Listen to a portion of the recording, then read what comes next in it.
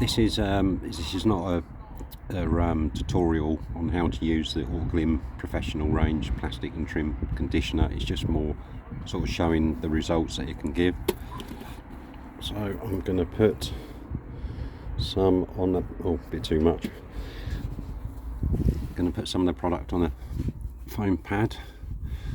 Bumper's fairly clean to start. Just going to lightly rub it in. Goes quite a long way. A little bit, you'd be surprised.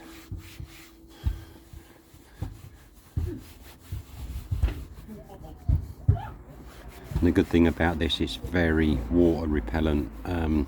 So if you was to put it on and it was to rain afterwards, you don't sort of get the streaky sort of marks where the water's sort of been dripping down, and it lasts for absolutely ages.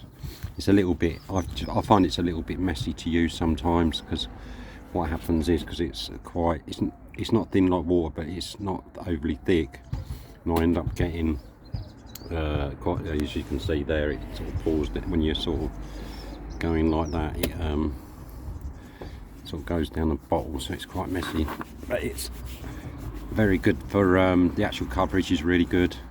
Lasts absolutely ages. I've had this 1 litre bottle for quite some time.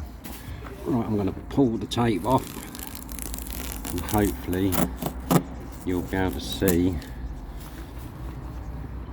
the difference in the result that it gives. As you can see, the bumper's quite faded, a bit worn. There you go, a pretty good difference. If this video's been any use to you, please consider subscribing, give it a thumbs up or a thumbs down. Any support would be very much appreciated. Have a good day. Thank you.